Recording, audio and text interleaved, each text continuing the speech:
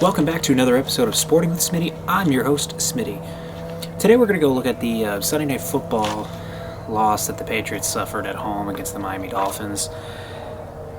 It was a rough one. It was a disappointing one. And it looks like we took a huge step back after playing very well in the second half against the Eagles. It just didn't look good on offense once again. I mean, your defense can only hold on for so long until they just get gassed, and that's what happened last year, and that's what happened on Sunday night. Simple as that. I will say the pros were the defense. I know the scoreboard doesn't say it, and neither does the yardage, but they played very well against a team that's just an attacking offense that at times looks unstoppable. First thing I would say is one of the pros of the defense was they kept Waddle and Hill relatively in check. Granted, 9 catches for 126 yards and a touchdown doesn't sound like that, but when they're coming off of a game where they had almost 300 yards total between them, I'd say that that's a pretty big successful night defensively. Christian Gonzalez was fantastic. That interception was absolutely an unbelievable play of the game by far on the defensive side of the football. He got up and grabbed it. He out-leaped Tyreek Hill, which is something that not many guys can do, especially a rookie. So I'd say that was a big moment for him in his second game. Also, I would say for the offense, Mac at times looked good. He was making throws that he was under pressure. He was moving around the pocket. He was making throws into tight windows. He made a couple nice throws to the sideline that were just fantastic that he was not making his rookie year, and especially not last year under that disastrous offense. They used the tight ends, which is what was really hoping for. They were using tight ends on those big plays. Gesicki was getting the ball. Hunter Henry was getting the ball. That's what you need. You need to use the middle of the field, and unfortunately, they did that a little too late. Which I'm going to go into the cons of the game. The play calling was absolutely terrible. The screens was getting ridiculous. When your offensive line is not working, screens are not the way to go. This isn't the 2011 Patriots when Bill O'Brien was running that offense. I'm sorry, these guys are not them. I mean, take Brady out of the whole equation. I mean, Hunter Henry is not Gronk. He's not going to block like Gronkowski. Gesicki's not going to block like Aaron Hernandez. Kendrick Bourne is not going to be Wes Welker. That's just how it is. And I think he needs to update it a little bit and realize that he doesn't have the skill players that Brady had or that the Pats had back then when he was the OC. I would say that another huge con was they couldn't take advantage of Miami's mistakes. That interception by Gonzalez just completely got the crowd on their feet. It made that place loud, and immediately we went 3-and-out. Almost immediately. And it started off with just a mind-numbing screen. And I'm just thinking to myself, what are we doing? What are we doing? We have to be better. We have to think better. You got to go to the middle of the field where you're most successful. That's where they were successful last week against the Eagles, and that's where they could have been successful there. And let me tell you, just the offensive line really struggled. Credit to Mac for getting out of the pocket and trying to make something happen, but he couldn't get any time to throw the football.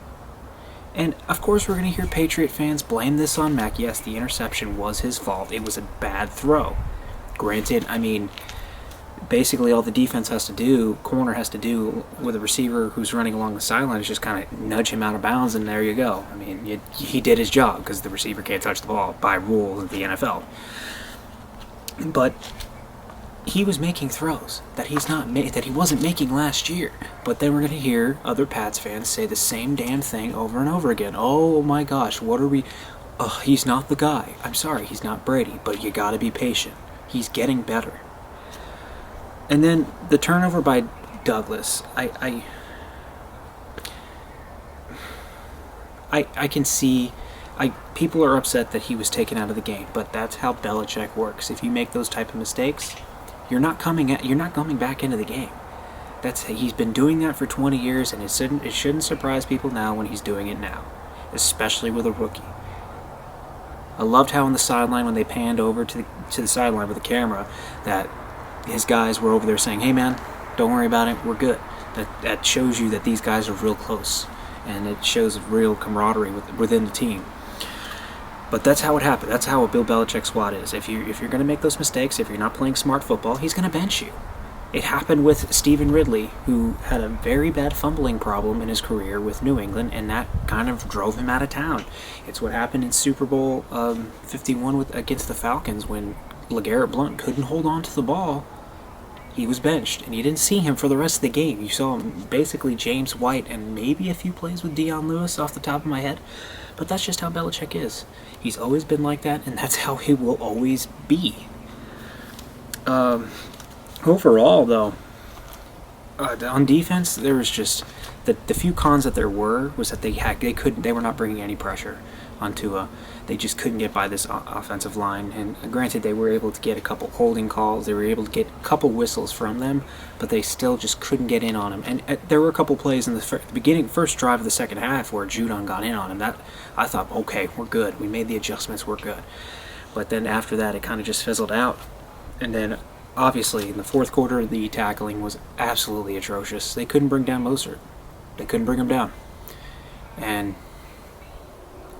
those type of drives, when you need to take this guy, take the running back down, that's the difference between getting the ball back and having a chance again with a little bit more time. And what happened was getting the ball back with very little time, and you know what happens. Obviously, that one play, a great play by I think it was Gesicki who caught the ball. Even though throwing inside the sticks on a fourth down and medium, I don't like it because it's very risky.